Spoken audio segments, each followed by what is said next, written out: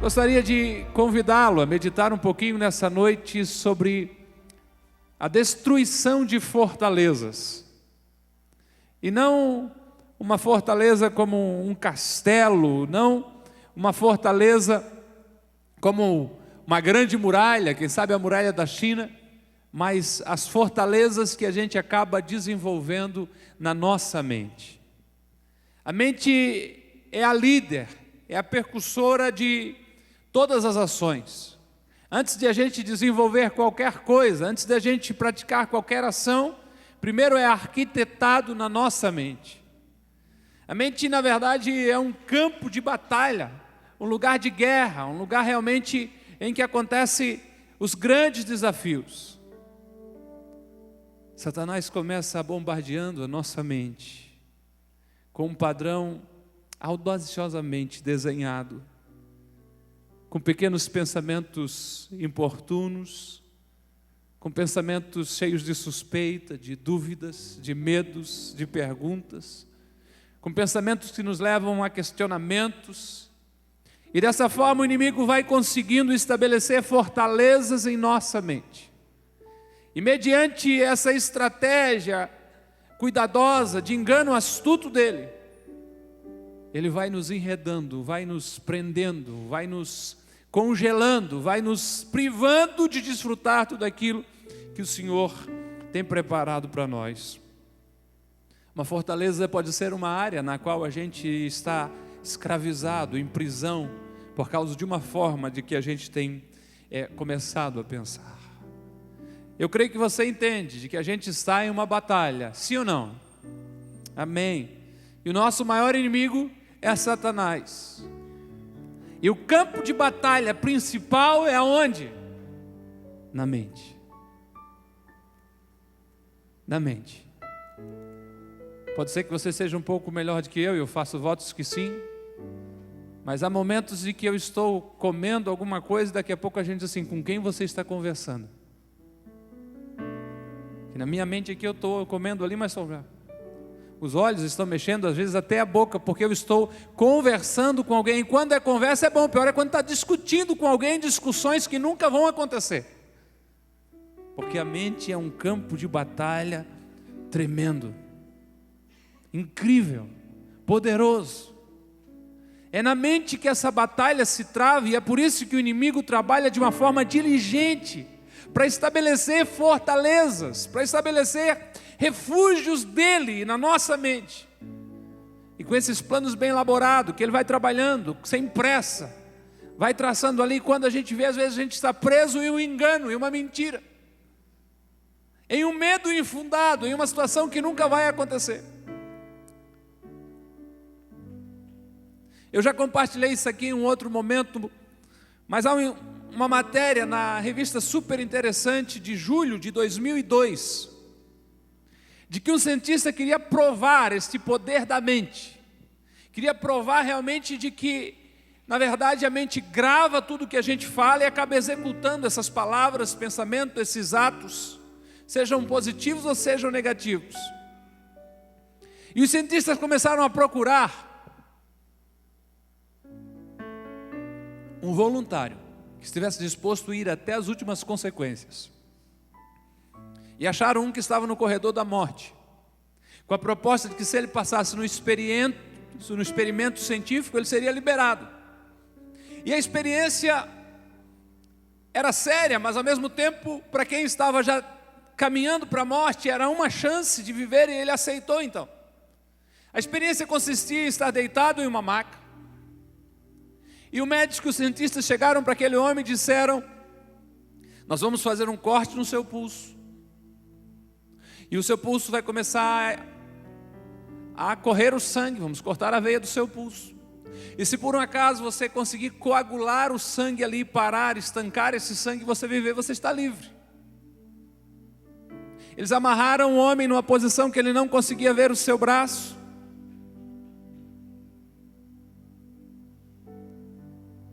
Colocaram aquele homem numa maca, vieram e fizeram um corte no seu pulso, para ele saber de que havia sido cortado. E eles pegam agora um frasco de soro e começam a fazer pingar em uma tigela, em um recipiente de metal. Primeiramente de uma forma mais acelerada, e com o passar do tempo, sem que aquela pessoa que ele está deitada percebe, eles vão diminuindo, e vão diminuindo, mas ele escuta o pingar, o cair daquelas gotas, de que na mente dele é o seu próprio sangue, naquele recipiente, naquela vasilha. O relato diz o seguinte, de que passado um tempo, eles fecham o registro daquele soro, e para de pingar. Aquele homem está suando frio, com taquicardia, e aquele homem sofre um infarto do coração, sem ter perdido uma gota de sangue, porque a sua mente conseguiu imaginar e pensar que isso estava acontecendo. A mente vai cumprir no pé da letra tudo aquilo que é enviado para ela, tudo que ela acaba aceitando, seja positivo ou seja negativo. O escritor de Hebreus vai dizer de que, como imagina a sua alma, assim o é. Quem pensa em fracasso, já fracassou antes mesmo de tentar. Quem pensa em derrota, vai realmente perder a batalha, às vezes antes de lutar.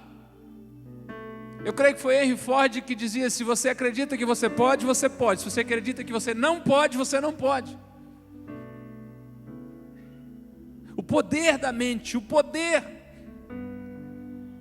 maravilhoso, poderoso e às vezes jogando contra nós, da mente de cada um de nós. E olhando para esse texto do apóstolo Paulo, que ele está num outro contexto, confrontando a igreja a respeito do seu ministério apostólico, eu convido você a meditar sobre a forma de nós destruirmos fortalezas espirituais. E no verso 3 que lemos, o apóstolo começa dizendo que a gente vive como humanos, mas lutamos como espirituais. Embora a gente viva como homens, não lutamos segundo os padrões humanos. É a primeira coisa que você precisa identificar. Você é um cristão, nascido de novo, chamado por Deus. Precisa de vitória, quer vitória, acredita na vitória, busca vitória, ora por vitória. Só que a gente precisa entender de que a gente vive sim como homens, pé no chão, lutando, acordando às 6, às 5, sei lá que hora você se acorda, às 4 horas da manhã. Trabalha, se esforça daqui, se esforça dali, mas há batalhas que são travadas no mundo espiritual, e daí essas batalhas nós não podemos lutar como humanos. Você conhece o texto de Efésios 6 e 12? Que o apóstolo Paulo vai dizer de que a nossa luta não é contra seres humanos, tem aqui na tela também, mas contra poderes e autoridades, contra dominadores deste mundo das trevas, contra as forças espirituais do mal nas regiões celestiais. É aqui que é travada as nossas batalhas. A nossa guerra não é contra um funcionário ruim ou contra um patrão complicado. A nossa batalha não é contra um genro problemático ou contra uma sogra briguenta. A nossa guerra não é contra o vizinho do 702 ou a vizinha do 804. A nossa batalha, vai dizer-nos a Bíblia de uma forma muito clara, é nas regiões celestiais. Como você tem lutado essa batalha? Aqui começa todo o processo de ganharmos a vitória. Porque quando você entende que é espiritual, você não permite às vezes que um pensamento se aloja, você não permite às vezes que uma coisa se avance, você não permite às vezes que uma ideia o domine, mas você vai aprender aqui pela palavra de Deus, que o apóstolo Paulo nos traz, de que há caminhos para fazer isso.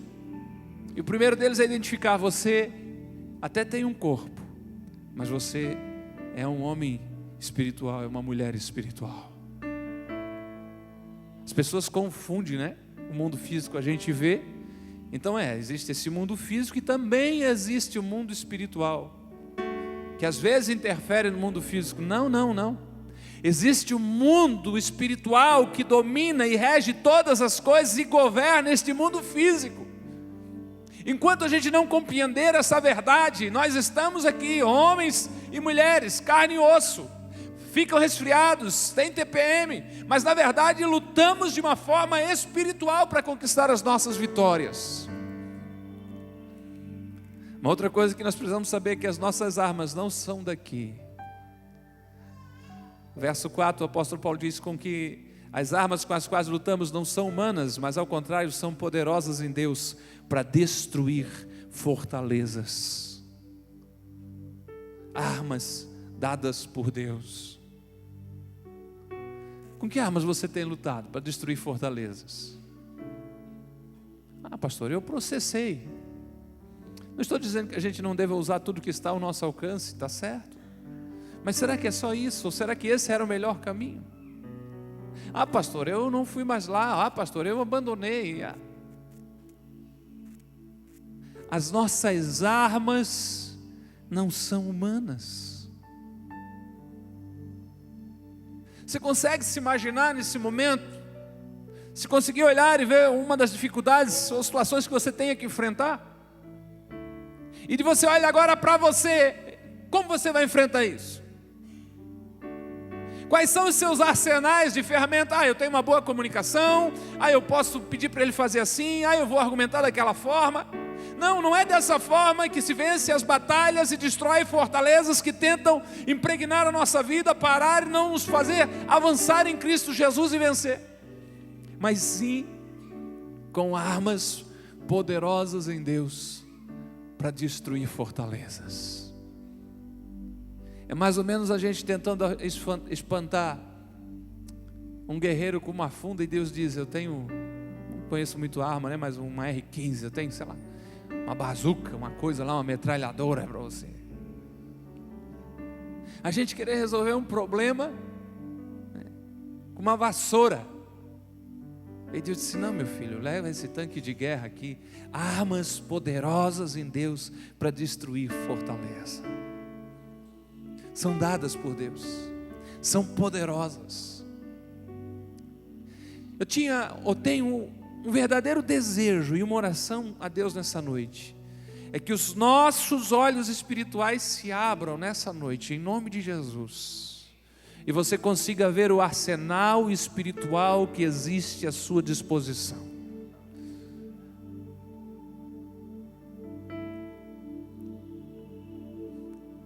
Não sei se você sabia disso.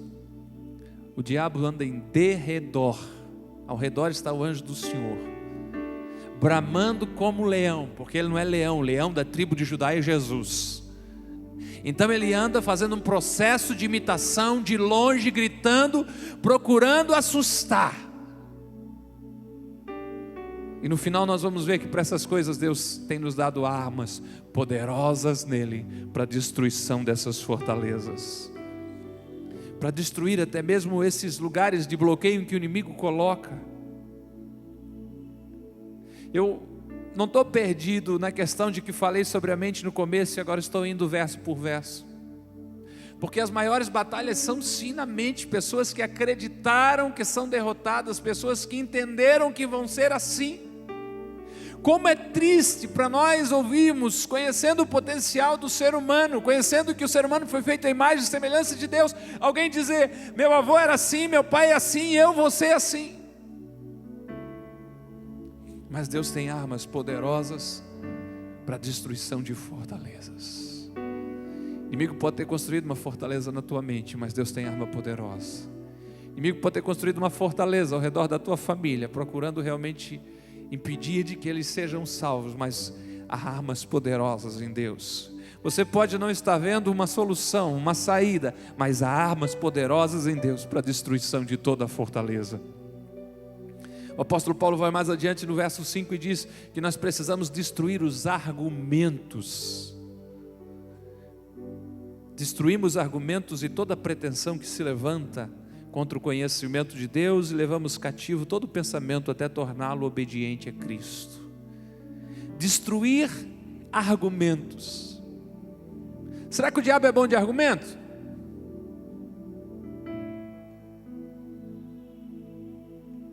Você está no direito de fazer assim errado. É lógico que está. Olha tudo que fizeram para ti. Qualquer ser humano normal vai fazer. Você não fazer isso, aí é estranho. Porque eles te pisam, e você vai lá toda hora e pede perdão, mas o culpado é eles. Argumentos. Não, você tem todo direito. vira as costas e vai embora, você está coberto de razão, todo juiz vai te dar razão. Argumentos. Outras Bíblias trazem até outra palavra aí, mas no grego ele vem trazer exatamente isso, argumentos. O inimigo trabalha exatamente dessa forma, fundamentado desse jeito. Ele não pavimenta, vamos dizer assim, ou não age sem pavimentar uma estrada, ele não age sem preparar o terreno. Ele vai propor sim, você já fez tudo por esse filho ou por essa filha, você tem razão, você pode abandonar, argumentos, mas a palavra de Deus está dizendo que nós podemos, pelo poder que há em Cristo Jesus, preparando-nos dessa forma, a destruir os argumentos do inimigo. Eu não sei quais são os argumentos que ele tem usado contra você. Eu sei que há uma arma poderosa em Deus para a destruição de todo argumento.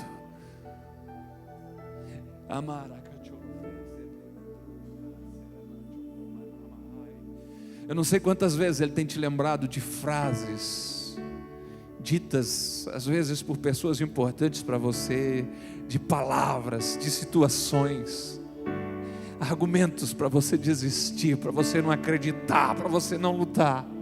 Mas deixe-me te dizer uma coisa, Deus nos reuniu aqui nessa noite, permitiu que você estivesse aqui, para que você saiba disso.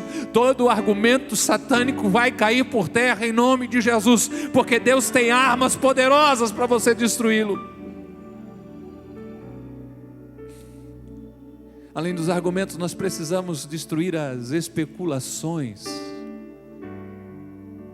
Se você está olhando ali a tela, eu botei 2 se ali, ou C, né? Que o diabo tentou usar para Jesus Cristo. Olha a bucha. O próprio Filho de Deus, ele tentou trabalhar desta forma. E se tu és o Filho de Deus?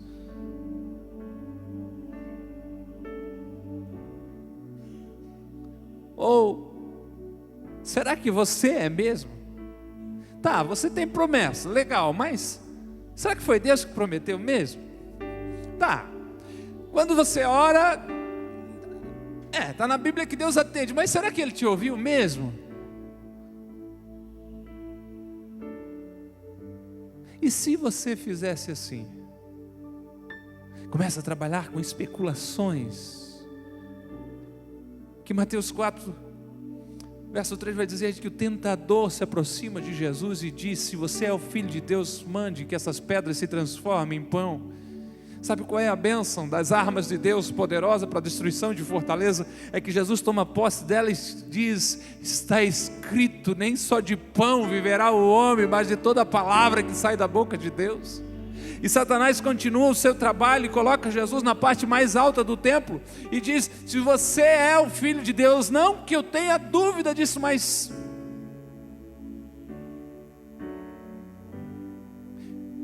o que Satanás propõe dentro da especulação é uma coisa que você tem certeza, mas mesmo assim ele trabalha com a dúvida. Jesus há pouco tempo foi batizado. Jesus vem e ouve uma voz do céu dizendo: este é meu filho amado em quem eu tenho prazer. Como é que ele vem dizer agora: se você é o Filho de Deus, lança-te daqui abaixo? E daí ele vai citar a Bíblia também, porque os anjos darão ordem a teu respeito, para que não tropece em alguma pedra.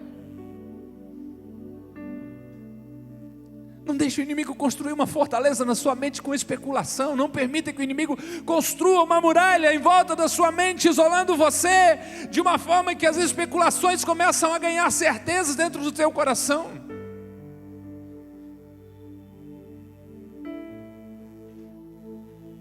Quem sabe a experiência do rapaz que foi lá pingando soro sem ter derramado uma gota de sangue e infartou, achando que tinha se esvaído em sangue, como diriam os antigos, com uma hemorragia profunda, não te tocou ainda. Quantas pessoas você já não conheceu? Você foi vítima de ouvir um barulho, o coração disparar e você ficar com medo e paralisado, e quando foi ver não era nada. Especulações, tentativas do inimigo de paralisar, tentativas do inimigo de construir uma fortaleza, de realmente deixar amarrado. Você acha que a gente está imune a isso? A gente às vezes está pregando empolgado e está todo mundo ali olhando, pelo menos de repente se levanta alguém e sai. Às vezes chamaram o celular para trabalhar, né? Deu uma cólica, precisou ir no banheiro, ou passou mal, ou não gostou mesmo, mas tem aqui um domingo às vezes 180, 200 pessoas, mas a sua mente, o inimigo fica trabalhando e dizendo lá: saiu, não gostou, a mensagem está estranha, está ruim. E a mente fica trabalhando ali, ele vai trabalhando ali.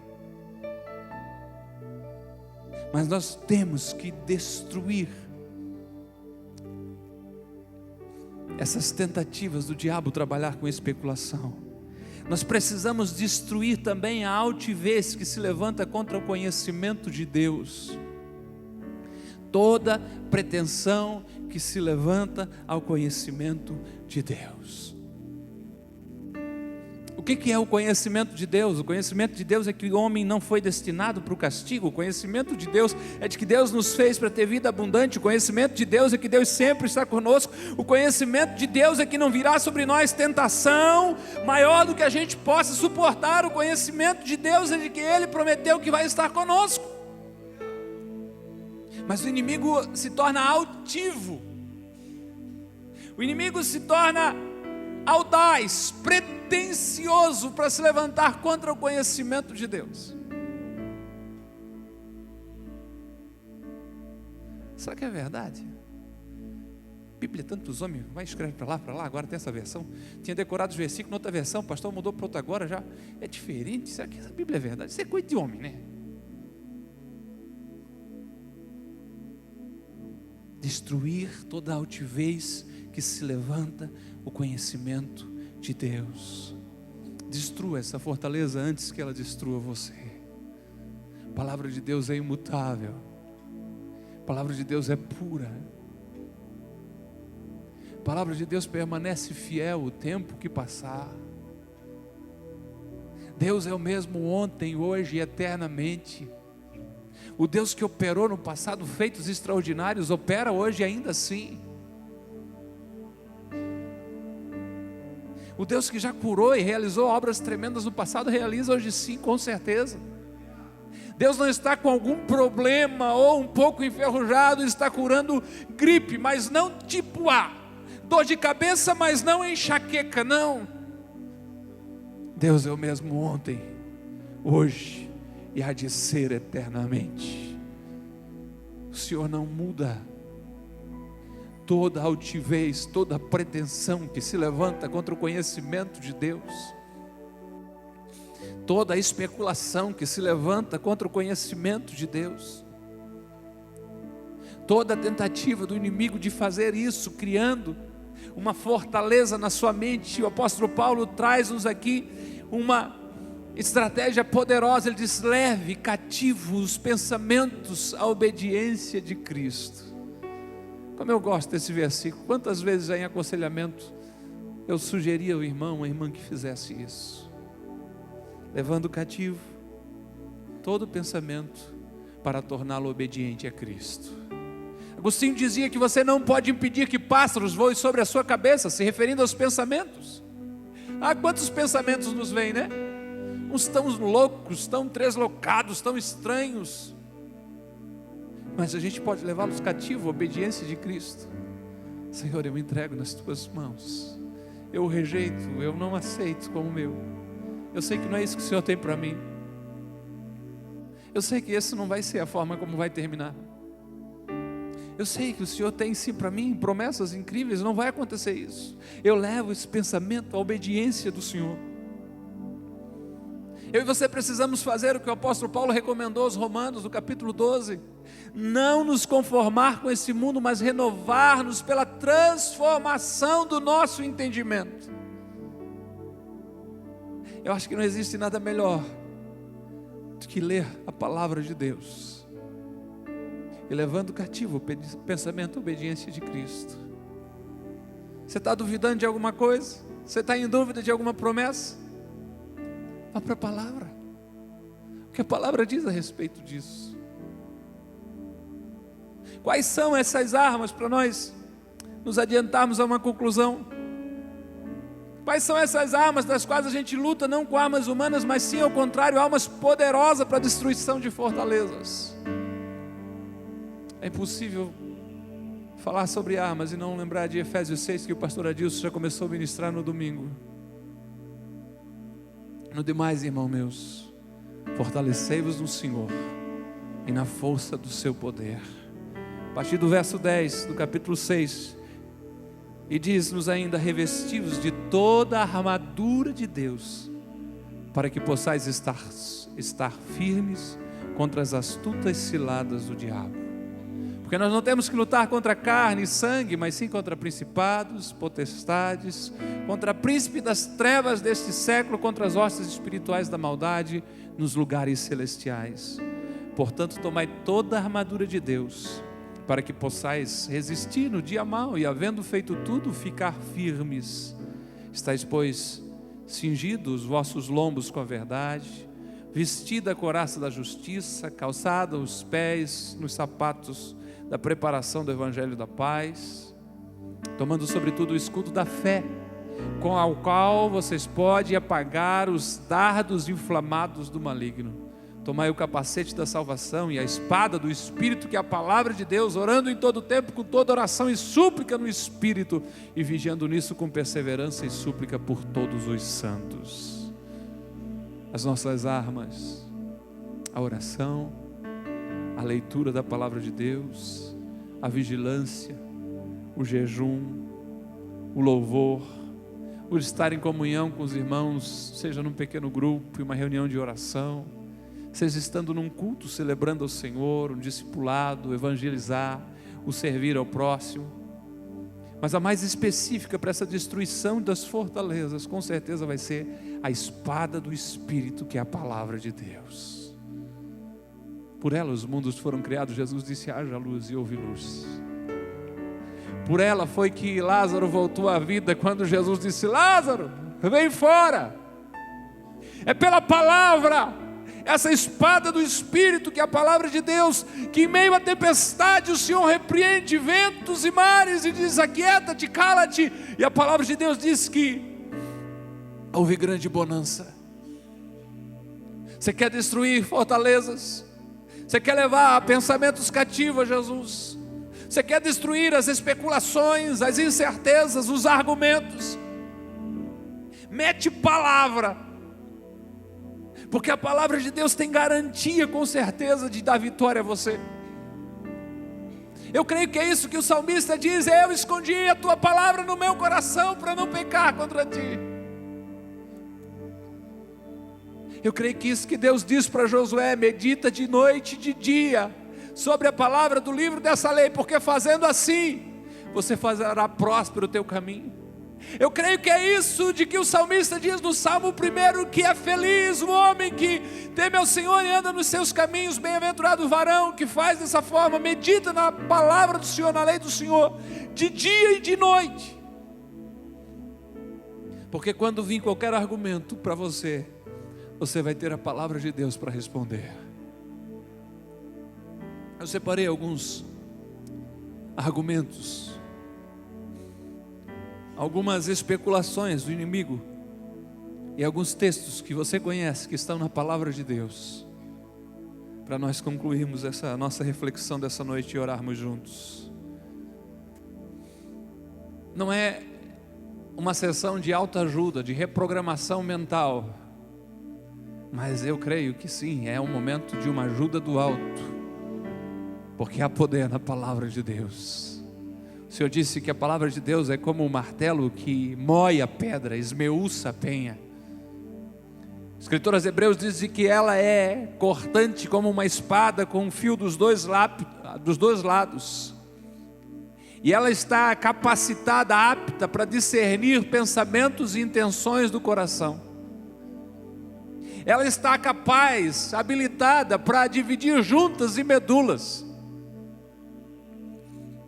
Se você tem enfrentado vozes, situações que diz que você não pode, Filipenses 4,13 diz que tudo posso naquele que me fortalece. Mas o apóstolo Paulo estava falando que poderia passar dificuldade, é verdade. Mas Jesus também disse em Marcos 9:23, se tu crer, tudo é possível ao... Jó, capítulo 42, verso 2, vai nos dizer, bem sei que tudo podes, e que nenhum dos teus pensamentos podem ser impedidos. Se Deus está com você, e Ele está, é promessa dEle, nada, o salmista entendia isso, irmãos. Eu estou me lembrando agora, quando ele disse que com o Senhor eu enfrento um exército, eu salto muralhas.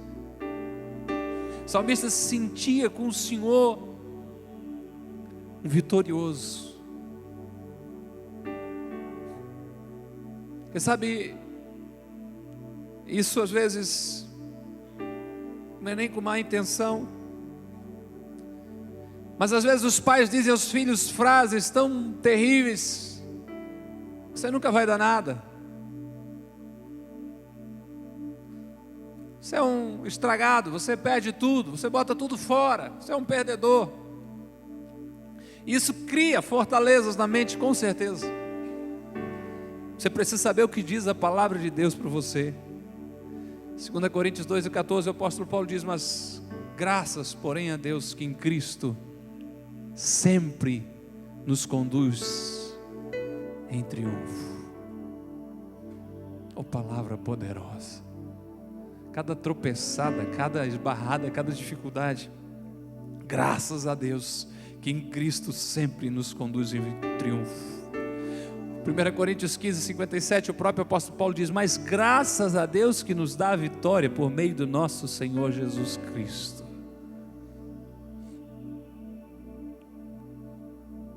Eu gosto de Provérbios 24:16, para aqueles que dizem que já era, você não tem mais chance.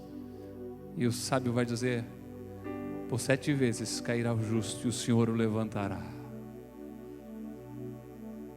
E quando fala de 7, meu irmão, não está falando de 6 mais 1, não. Está falando do número bíblico de perfeição, de continuidade. Quando Jesus respondeu a Pedro quanto devia perdoar o seu irmão, ele disse 70 vezes 7.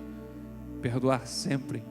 Quando disse que o justo pode cair, mas por 7 vezes será levantado, você pode ter certeza que a mão do Senhor sempre estará estendida. Não tem tantas coisas que já citei nessa noite, de você se sentir sozinho. O Senhor prometeu que nunca o deixarei, não desampararei. Aquele sentimento às vezes de falta de amor, de falta de convicção, de vitória, que vai se construindo na mente, a incapacidade de amar outros porque não se sente amado. Romanos 5:8, o apóstolo diz, mas Deus prova o seu amor para conosco, em que Cristo morreu por nós, sendo nós ainda pecadores. João vai dizer na sua epístola, nós o amamos porque Ele nos amou primeiro. Não sei qual a barreira que o inimigo tem conseguido levantar na tua mente, não sei qual é a tranqueira que ele levantou impedindo você de avançar e vencer. Você não precisa de sal grosso, você não precisa de alho, você não precisa de nada disso para quebrar um olho gordo. Você precisa, primeiramente, para a libertação, é do sangue de Jesus Cristo, porque se o sangue vos libertar, verdadeiramente sereis livres, e precisa tomar posse das armas espirituais poderosas em Deus, para a destruição de toda a fortaleza. A Bíblia é a sua maior aliada. E um conselho, conheça-a profundamente, porque o diabo também a conhece. Você lembrou quando eu citei Mateus capítulo 4, a tentação de Jesus? Ele usou a Bíblia. Leva Jesus ao lugar alto e diz, se tu é o Filho de Deus, te joga daqui, porque está escrito lá no Salmo 91, que aos seus anjos dará ordem a teu respeito, para que não tropeces com o teu pé em pedra. Está na Bíblia? Está na Bíblia, lá vamos nós. Ele tira uma verdade do seu contexto para distorcer. Ele tenta levar algo, se levantar contra o conhecimento de Deus.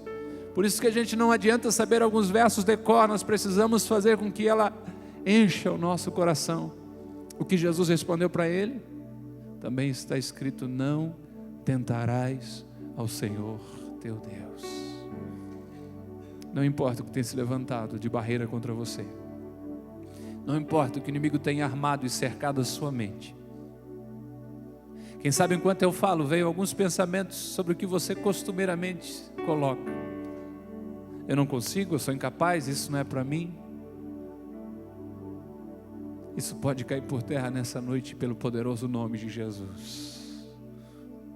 Você pode destruir essa fortaleza nessa noite em nome de Jesus. Pastor, do vício eu nunca consigo me libertar. Conhecereis a verdade vos libertará. Pastor, perdoar eu nunca vou conseguir perdoar. Jesus diz em Lucas, de que aquilo que é impossível aos homens é possível a Deus. Deus te dará graça, dará força para vencer também. Você pode, em Cristo Jesus, destruir toda a fortaleza. Esteja em pé por bondade, no nome de Jesus. Aleluia.